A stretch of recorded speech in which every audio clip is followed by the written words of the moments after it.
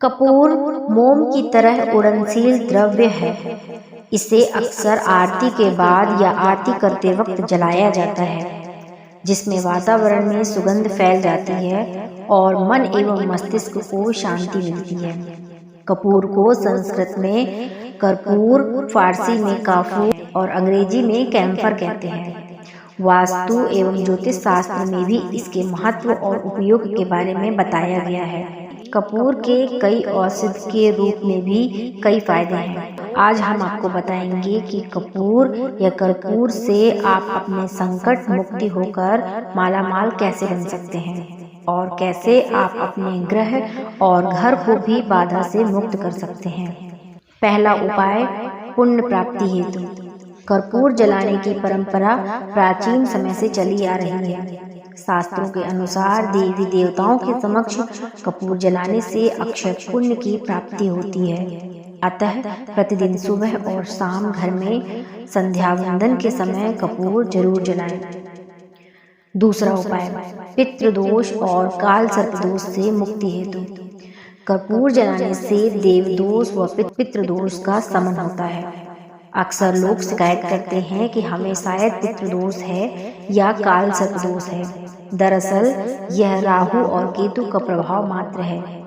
इसको दूर करने के लिए घर के वास्तु को ठीक करें। यदि ऐसा नहीं कर सकते हैं तो प्रतिदिन सुबह, शाम और रात्रि को 3 बार घी में भिगोया हुआ कपूर जलाएं। घर के शौचालय और बाथरूम में कपूर की 2-2 टिकियां रखें। बस इतना उपाय ही काफी है।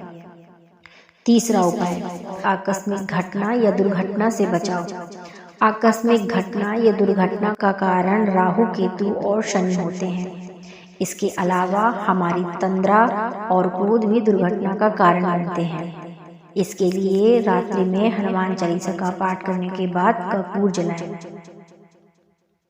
हालांकि प्रतिदिन सुबह और शाम जिस घर में कपूर जलता रहता है उस घर में किसी प्रकार की आकस्मिक घटना या दुर्घटना नहीं होती है।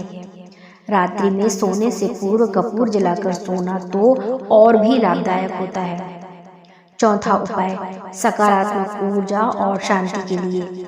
घर में यदि सकारात्मक ऊर्जा और शांति का निर्माण करना है तो प्रतिदिन सुबह और शाम कपूर को घी में भिगोकर जलाएं और संपूर्ण घर में उसकी खुशबू फैलाएं।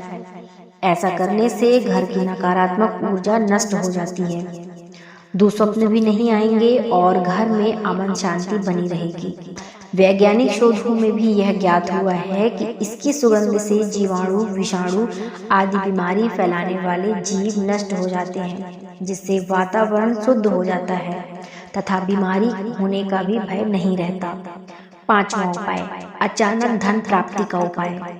गुलाब के फूल में कपूर का टुकड़ा रखें। शाम के समय फूल में एक कपूर जला दें और फूल को देवी दुर्गा को चढ़ा दें।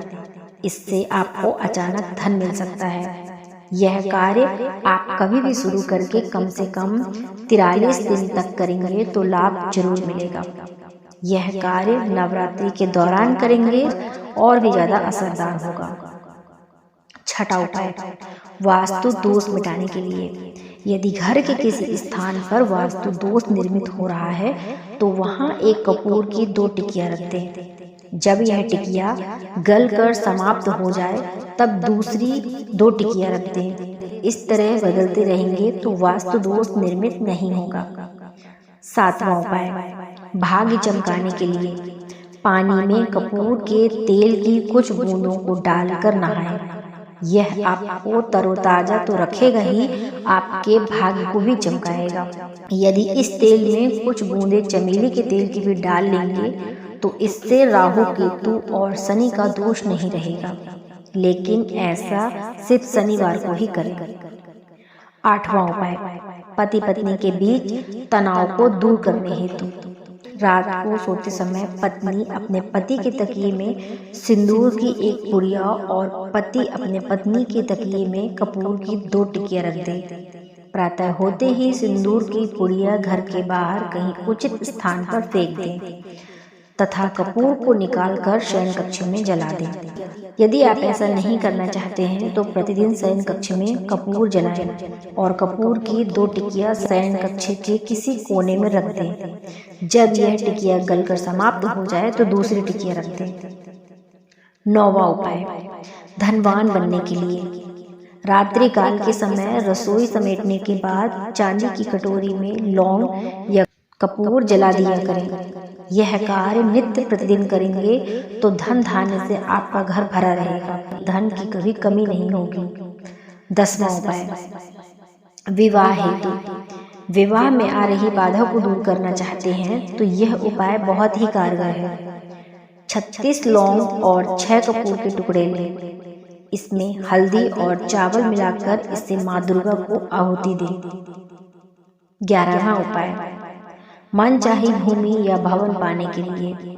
यह उपाय नवरात्रि के दिन करने का है। सबसे पहले उस स्थान की थोड़ी सी मिट्टी लाकर एक कांच की शीशी में उसे डालें। उसमें गंगा जल और कपूर डालकर उसे पूजा में जौ के ढेर पर स्थापित कर दें। नवरात्र भर उस शीशी के आगे नवार्ण मंत्र ऐं ह्रीं क्लीं चामुंडाय विच्चे का 5 माला का जप करें और जौ में रोज गंगा जल डालें। नवमी के दिन थोड़े से अंकुरित जौ निकाल लें और ले जाकर मनचाही जगह पर डाल दें। कांच की शीशी को छोड़कर शेष सामग्री को नदी में डाल दें। देवी की कृपा हुई तो आपको मनचाहा घर अवश्य मिल जाएगा। तो मित्रों, ये थे कपूर के द्वारा किए गए कुछ उपाय या टोटके जिनको करके आप अपनी मनचाही इच्छा को पूरी कर सकते हैं। अगर आपको ये उपाय अच्छे लगे हों तो इस वीडियो को ज़्यादा से ज़्यादा शेयर करें और हमारे चैनल पेटी स्पिरिचुअल स्टोरी को सब्सक्राइब जरूर करें। धन्यवाद।